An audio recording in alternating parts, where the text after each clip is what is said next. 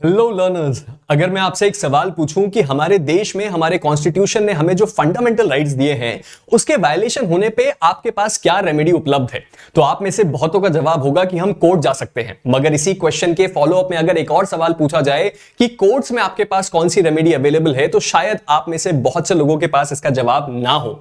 और इसी जवाब को आज हम लेके आए हैं आज के इस वीडियो लेक्चर में, और इस वीडियो लेक्चर में हम आज इस जवाब को ढूंढेंगे भी, समझेंगे भी और बड़ी आसानी से याद भी कर लेंगे। Hi, my name is Pranjal Singh and you are watching law Gurukul by Unacademy.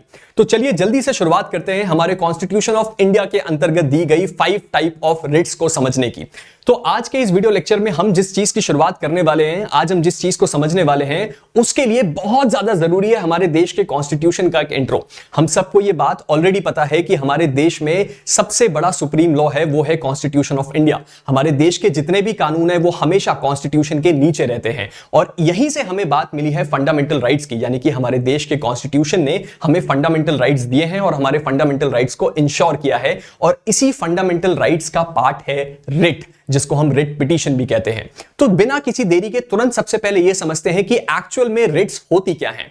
यह चीज हमें समझने के लिए एक एग्जांपल की तरफ बढ़ना पड़ेगा। सबसे पहले एक लाइन को पढ़ते हैं। अगर मैं आपसे कहूं कि रिट और कुछ भी नहीं, केवल एक ऑर्डर है, एक ऐसा आदेश है जो कोई कोर्ट जारी करता है किसी काम को करने या ना करने के लिए। मेरे पीछे भी एग्जैक्टली यही बात लिखी है। यह एक लीगल ऑर्डर है जो किसी चीज को करने या ना करने के लिए दिया जाता है किसी कोर्ट ऑफ लॉ के द्वारा। यानी यहां से हमें दो बातें तो क्लियर है सर, कि रिट एक कोर्ट का ही आदेश है और वो केवल कोर्ट ही जारी कर सकती है। किसी भी काम को हम या तो कर पाएंगे उस आदेश के आने से, और या तो नहीं कर पाएंगे। एक एग्जांपल से इस बात को और भी अच्छी तरह समझते हैं। कहानी है सैम और डैम की। मान लेते हैं सैम नाम का एक लड़का जिसका दोस्त है डैम। ये डैम को पुलिस एक दिन अरेस्ट करके ले गई, और कहां ले गई ये ना सैम को पता है ना डैम के फैमिली वालों को पता है। इस सिचुएशन में उसके कॉन्स्टिट्यूशनल राइट का हनन हुआ है, यानी कि उसके कॉन्स्टिट्यूशनल राइट्स को छेड़ा गया है।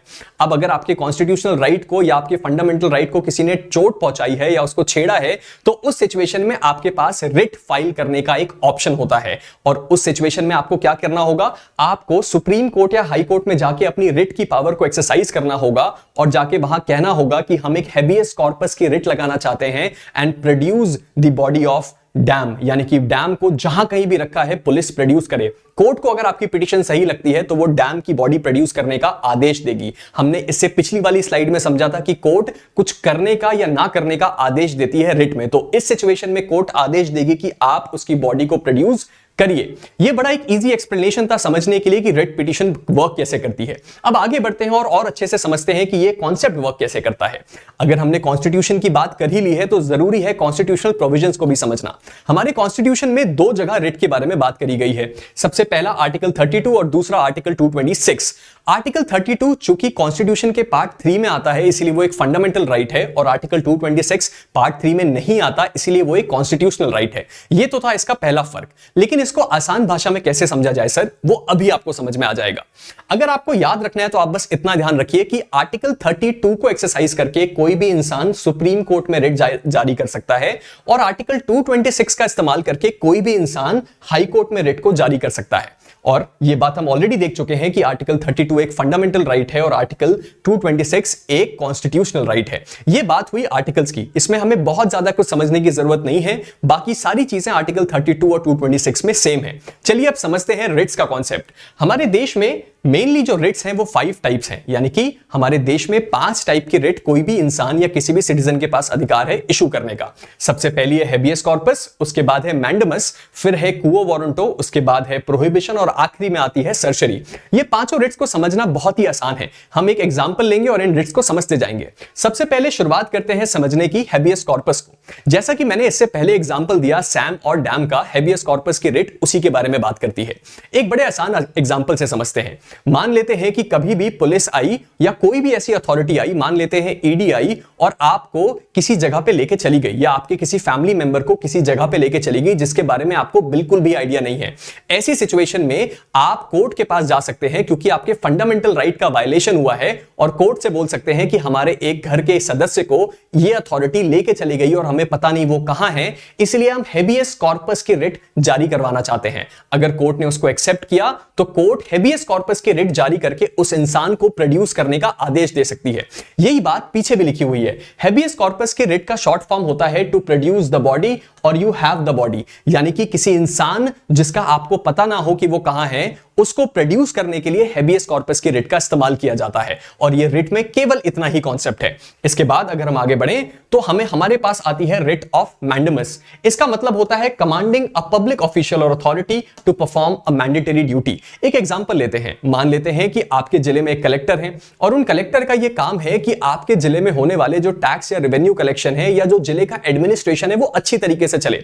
लेकिन किसी कारणवश आपके जिले के कलेक्टर अच्छी तरह काम नहीं कर रहे और आपके आस पड़ोस में रहने वाले कुछ ऐसे असामाजिक तत्वों को वो सही तरीके से ठीक नहीं कर रहे। तो इस सिचुएशन में कलेक्टर साहब अपनी ड्यूटी से भाग रहे हैं। तो इस सिचुएशन में आप हाई कोर्ट या सुप्रीम कोर्ट जाके रिट ऑफ मैंडेमस जारी करवा सकते हैं और उनको कह सकते हैं कि कोर्ट आप प्लीज कलेक्टर साहब को आदेश दीजिए कि वो ये काम करें या वो ये काम ना करें। यानी कि कभी भी किसी ऐसे अधिकारी को, किसी भी सरकारी अधिकारी को उसके अधिकार क्षेत्र में आने वाले किसी काम को करवाने के लिए अगर हम कभी कोर्ट जाएंगे तो हमें रिट ऑफ मैंडेमस को इशू करवाना होगा। आगे बढ़ते हैं और अगली रिट को समझते हैं।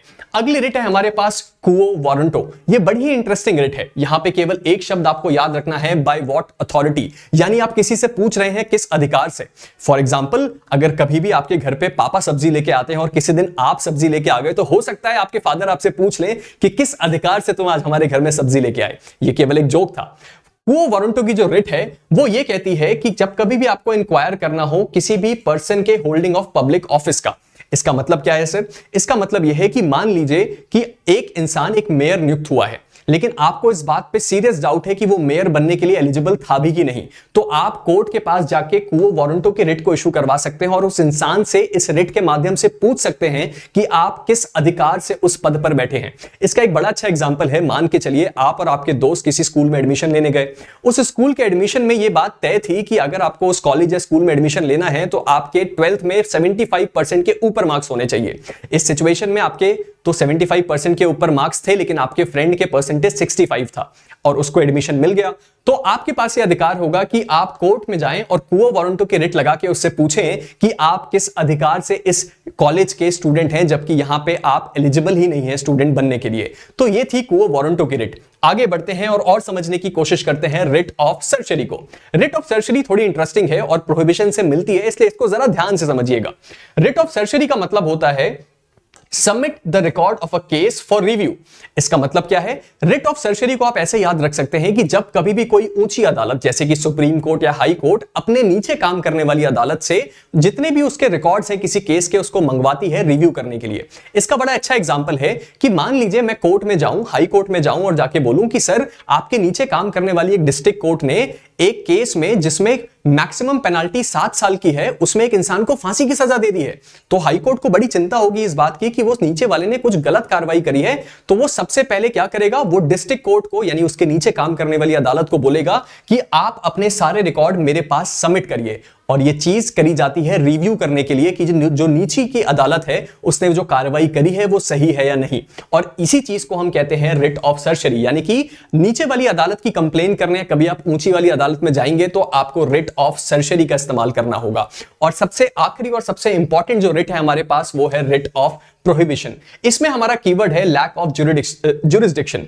मान लीजिए कि आपने कोई अपराध किया या आपके हाथों कोई अपराध हो गया। इस सिचुएशन में आपको कोर्ट लेके जाया गया, लेकिन आपको यह बात पता चली कि जिस कोर्ट में मुझे लेके जाया गया है वो कोर्ट एक्चुअल में मेरे ऑफेंस को ट्राई कर ही नहीं सकती। मेरा ऑफेंस तो सीधे हाई कोर्ट में जाना चाहिए या मेरा ऑफेंस तो सीधे डिस्ट्रिक्ट जज के पास जाना चाहिए। यानी कि कोई ऐसी अदालत जो अपने अधिकार क्षेत्र के बाहर आके काम कर रही है, तो ऐसी सिचुएशन में आप उसकी ऊंची वाली अदालत में जाके अपील दायर कर सकते हैं कि ये जो नीचे वाली अदालत है ये अपने अधिकार क्षेत्र के बाहर आके काम कर रही है, इसका ये काम करने का अधिकार नहीं है। और जब कभी भी आप उस ऊंची अदालत में ये अपील लेके जाएंगे तो उसको कहा जाएगा रिट ऑफ प्रोहिबिशन। तो चलिए जल्दी से रिवाइज कर लेते हैं हमारी 5 टाइप ऑफ रिट्स को। हमने सबसे पहले देखा रेट ऑफ हेबियस कॉर्पस, जिसका मतलब होता है टू प्रोड्यूस द बॉडी, यानी कि कभी भी कोई इंसान को अगर गलत अथॉरिटी से रख लिया जाए तो उसकी बॉडी को प्रोड्यूस करवाने के लिए हम हेबियस कॉर्पस को इशू करते हैं। उसके बाद आती है रिट ऑफ मैंडेमस, इसको इशू किया जाता है टू कमांड, यानी कि हम किसी भी पब्लिक अथॉरिटी को कमांड करते हैं कि वो कुछ काम करे। उसके बाद आती है क्वो वारंटो, जिसका मतलब होता है बाय व्हाट अथॉरिटी, यानी कि हम सवाल पूछते हैं कि किस अधिकार से आप उस जगह पे बैठे हैं या किस अधिकार से आपने वो काम किया। उसके बाद आता है रिट ऑफ प्रोहिबिशन, ये चीज रोक लगाने के लिए होती है, यानी कि कभी भी कोई निचली अदालत कोई अपने अधिकार क्षेत्र के बाहर जाके काम कर रही है तो रिट ऑफ प्रोहिबिशन में उसके ऊपर रोक लगा दी जाती है कि वो अब उस पर कार्रवाई ना करे और जितना भी वो चीज है, जितनी भी कार्रवाई है, उसको वहीं पे रोक दे। और उसके बाद आखिरी में आती है रिट ऑफ सर्जरी, जिसका मतलब होता है कि जब कभी भी कोई ऊपर की अदालत नीचे की अदालत से उसके सारे रिकॉर्ड्स को मंगवाती है चेक करने के लिए। तो ये था हमारा video lecture 5 type of writs के बारे में। आई होप आपका ये कॉन्सेप्ट अब क्लियर हो गया हो, और अगर अभी भी आपके मन में कोई डाउट है तो आप हमें नीचे कमेंट सेक्शन में जरूर पूछ सकते हैं। अगर वीडियो इंटरेस्टिंग लगा तो हमारे चैनल को सब्सक्राइब और वीडियो को लाइक जरूर कीजिएगा। Thank you.